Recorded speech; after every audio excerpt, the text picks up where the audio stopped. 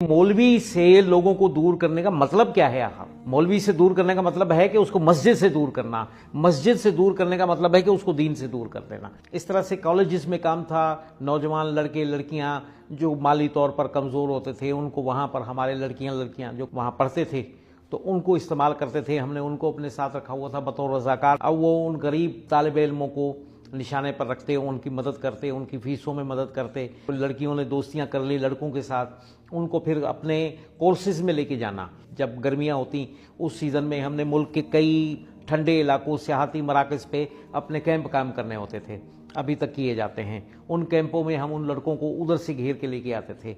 उसमें फिर नौजवान लड़कियां लेके आते थे जो कॉलेज की होती थी, यूनिवर्सिटी की। वो आकर उनको खुले तरीके से उनके साथ गपशप लगाना, बातचीत करना, उनको दीन से बज़न करना, यानी उनको लिबरल बना देना। मेरी बेगम जो है वो घरेलू ख़वातीन में काम करती थी। उसने इदारे बना रखे थे बड़े बड़े शहरों में। उन इदारों के ज़रिए वो काम करती थी। औरतों को सिलाई कढ़ाई और मुख्तलिफ आइटम्स बनाना, उसमें मुख्तलिफ खिलौने बनाना सिखाती थी। बाहर से लोमड़ियों के चमड़े मंगवाए जाते थे, उसके ज़रिए कटिंग करके वो खिलौने कैसे बनाए जाते थे और वो बाहर भेज दिए जाते थे और उनको बताया जाता था कि ये इतनी कीमत में बिके, उसकी कीमत आधी आपको देते हैं, आधी इदारा रख रहा है। हालांकि ऐसा कोई मामला नहीं होता था। इदारों में मुलाजिम भी मुसलमानों को रखा जाता था ताकि मुसलमान हमारा दिफा भी कर सकें। यही हमारा सपोर्टर बन जाएंगे जब उनको हम तनख्वाह दे रहे हैं। तो इस तरह का एक सिलसिला था, यानी हर तरह से हम कोई भी जगह खाली नहीं छोड़ते थे। मौलवी को ख़राब करना है, मुसलमान को ख़राब करना है, ये दो मकासद थे बड़े बड़े।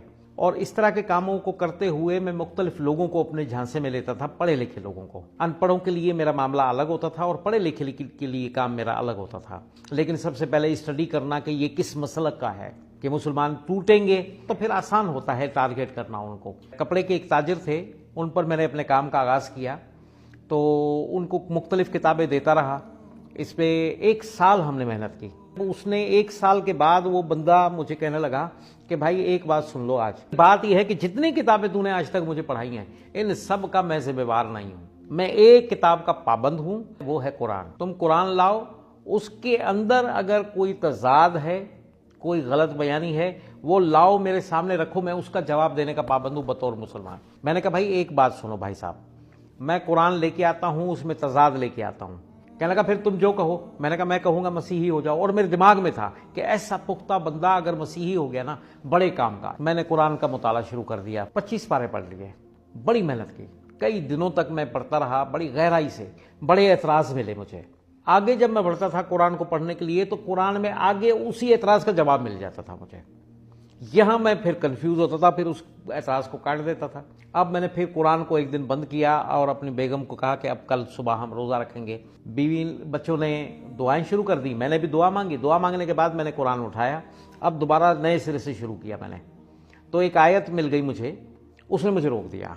सूरह बकरा की आयत नंबर 109। इसका तर्जुमा बताता हूँ। ईमान वालों, अहले किताब की अक्सरियत अपने दिल के हसद के सबब से चाहती है कि तुम्हें तुम्हारे दीन से, ईमान से निकाल दें। अब मेरे दिमाग में क्योंकि यही होता था और मेरा काम भी यही था कि मैं मुसलमानों को उनके दीन से, उनके ईमान से निकाल दूं, बस मेरा यही काम था। अब वो काम इतना मेरे सर पर रहता था कि मैंने कहा ये जो मैं पढ़ रहा हूँ ये इधर लिखा नहीं है। मैंने वो निशान लगाया, बंद कर दिया। थोड़ी देर दुआ की, खोला, देखा वही लिखा हुआ है। मैंने कहा नहीं लिखा हुआ, ये फिर मुझे नजर ही आ रहा है। फिर निशान लगाया, बंद किया, 3 मरतबा ऐसा किया, तीनों मरतबा वो वही निकले। मेरे दिमाग में ये आ रहा है कि मुझे वह ये है नहीं, कैफियत ऐसी हो गई। लेकिन आखिर तीसरी बार भी निकला तो मैंने कुरान उठाया है। कुरान उठाकर अपनी बेगम को कहा रोक दो, दुआ को बंद करो, फिलहाल मेरी बात सुनो। उन्होंने कहा जी। मैंने कहा पढ़ो इस पे क्या लिखा हुआ है। उन्होंने पढ़ा तो वही थी। मैंने कहा है आपको भी यही नजर आ रहा है?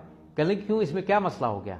मैंने कहा मसला ये हो गया कि मुसलमानों को पता कैसे चला कि हम ये काम करते हैं, तू और मैं। कहने लगी अच्छा ये हमारे बारे में? मैंने कहा ये तेरे और मेरे बारे में। कहने लगी कितनी मजे वाली बात है, ना आपके बाप दादा थे ना मेरे थे। अल्लाह को फिर भी पता था, अल्लाह ने हमारा जिक्र कर दिया। कमाल है, 1400 साल पहले से अल्लाह हमें जानता है। मैंने कहा कोई अच्छी बात लिखी है जिससे जानता है, कोई खुशी की बात है? उसने कहा खुशी हो या ना हो मियाँ, मेरे लिए तो ये बड़ी बात है कि अल्लाह मुझे जानता है। मैंने उसको बोला छोड़ दे यार। अब एक तरफ बैठ गया।